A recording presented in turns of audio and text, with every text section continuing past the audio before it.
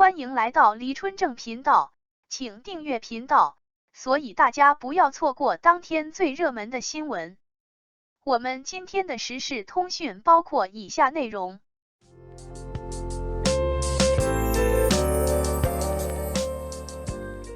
青山遮不住，毕竟东流去。鳄鱼岩的王一博如何安然驶过文盲泥沼？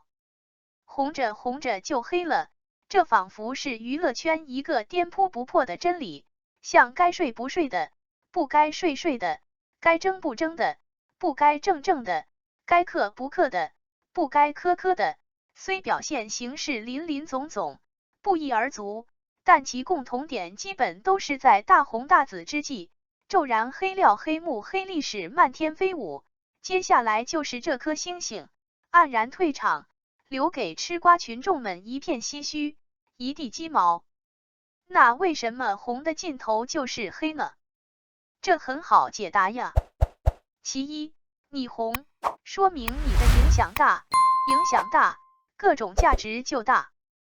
比如承接新剧，一番和二番虽然只差一字，但演出费却隔天壤。再如广告代言，一线大牌和二线小众，代言费一隔天堑。如果因为你的红，一面牢牢占据一番，另一面又紧紧握住高奢，就这么点子蛋糕都被你占了先机，吃个庆尽，名利当前，不把你除掉，自己将永无出头之日，那不黑你黑谁？其二，你红，说明你的关注度高，关注度高就意味着你将没有隐私。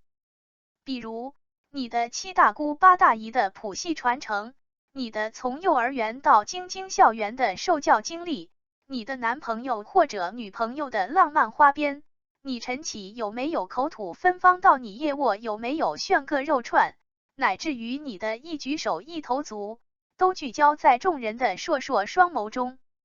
就像没有人会关注阴沟里的一滩污泥，但太阳的黑斑若稍有波动，必定引发全世界的震撼瞩目一样，炙手可热的你，一旦有点风吹草动，那势必会弄得沸反盈天。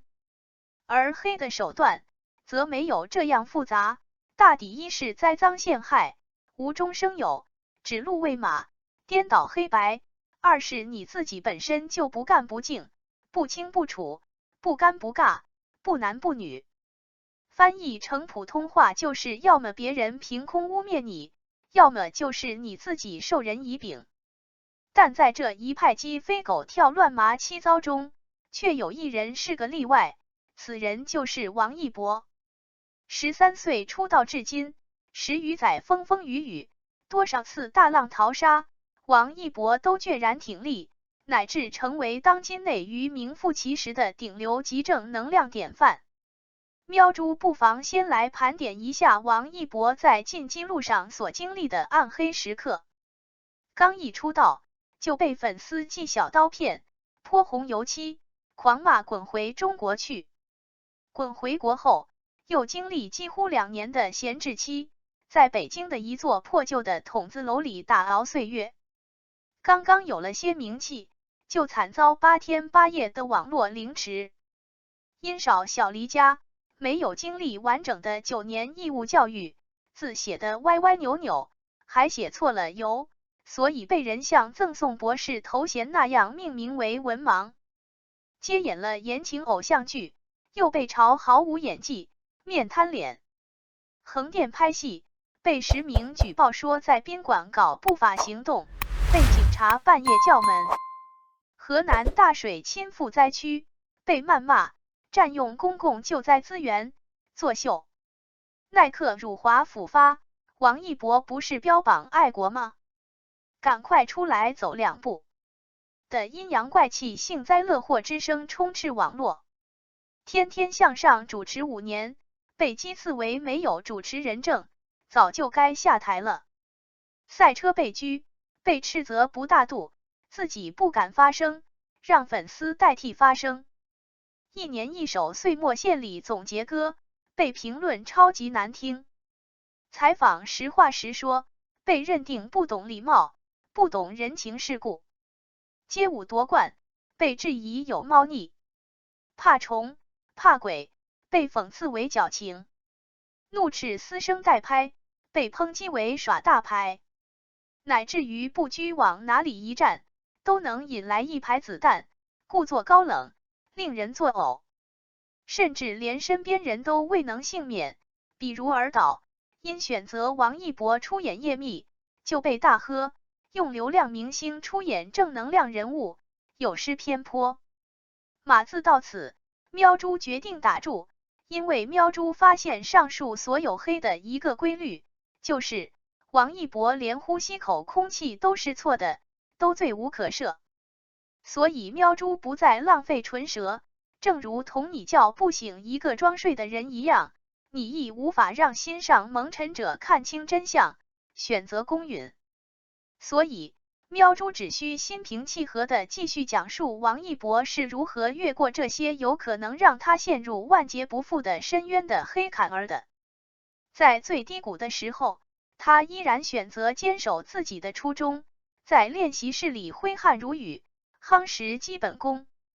面对8天8夜的无情屠戮，他只面对镜头说了一句不想过生日了，就卸下包袱继续坚城。对于文盲的称谓，他虽然什么都没有说，但是我们在看他的字的时候，肉眼可见的工整流畅很多。对于警察的突击访问，愣是一点拖泥带水的东东都未查到，最后是以报案人有病为由，让这一幕险恶闹剧成功甩锅给了精神病。河南的作秀脏水，连六公主都看不下去了，愤然反击，直接肯定一博的正能量。耐克辱华，王一博连夜解约，第一天清晨直接脱鞋上班。对于唱歌难听的结局是，如像阳光那样溥仪上线，销量过千万张，而且还一路唱到了央视一套的舞台。而所谓的主持人证，借用一句俗话，金杯银杯不如老百姓的口碑。就以喵猪这个草民计，有王一博在，天天向上一期不落；无王一博在，天天向上一期没看。街舞猫腻，王一博不仅2度夺冠，获得各路大神山呼海啸般的奔赴，获封舞蹈推广大使，更是勇于开拓新路，一区现代舞，获得令人绝望的天才之称。至于面瘫慧眼识人的尔导刚刚喜滋滋宣布，无名破8亿，我们挣钱了，而且已然确定与王一博二搭文艺大片。由此可见，不管是蓄意捏造，还是疯狂起底，都如竹篮打水一场空，万般算计皆成灰，而王一博反而如出淤泥而不染的白河，越发挺拔磊落。那么，打破红着红着就黑了这一魔咒的王一博，最应该感谢的是谁？喵猪想，是他自己。是他在波诡云谲声色犬马之中，守住了一颗为艺术而奋斗不懈的初心，家国大事绝不含糊的担心，对人对事直率以待的诚心，自我净化心灵的赤子之心。乐于言而敏于行的王一博，其实早就通过歌声告诉了我们他行稳致远的人生坐标，以无感的豁达心态面对荣辱，以我的世界守则的刚毅性情面对挑战，以念的纯净内心面对坎坷，以像阳光那样的似水柔情关爱世界。这样的人，他从来没有认为自己红，因而一路行来恭谨端正，始终目视前方，绝不旁逸斜出。这样的人，你又如何黑得了他？喷泉的高度不会超过它的源头，一个人的成就不会超过他的信念。林肯的这句话也许就可以解释王一博为何涉险瘫如平地的原因，他的目标是遥远的地平线，又怎会被沿途的繁花俗草污渍泥沼牵绊而止步？每个人都是自己的命运建筑师，沙拉斯特如是说。而王一博无疑要建造的是独属于自己的摩天大厦。这样的王一博像徐志摩笔下那一抹浓绿，鲜活纯粹唯美，浪漫又生机无限。如果有幸遇到这样的人，不管是在现实，亦或荧屏，请珍惜，因为下一次遇到他，不知要跨越多少世纪。请允许喵珠以再别康桥作为问候语，送给每一个心怀赤诚和美好的筑梦者。轻轻的我走了，正如我轻轻的来，我轻轻的招手，作别西天的云彩，那河畔的金柳，是夕阳中的新娘，波光里的艳影，在我的心头荡漾，软泥上的青荇，悠悠的在水底招摇，在康河的柔波里，我甘心做一条水草，那余荫下的一潭，不是清泉，是天上虹，揉碎在浮藻间，沉淀着彩虹似的梦。寻梦，撑一支长篙，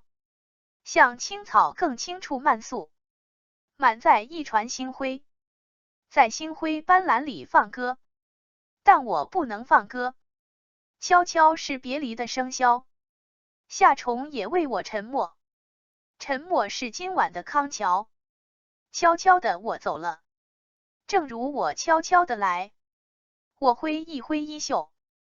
不带走一片云彩。感谢您观看视频，如果您觉得本时事通讯有用，请不要忘记点赞、评论和订阅。祝您生活愉快，充满活力，再见。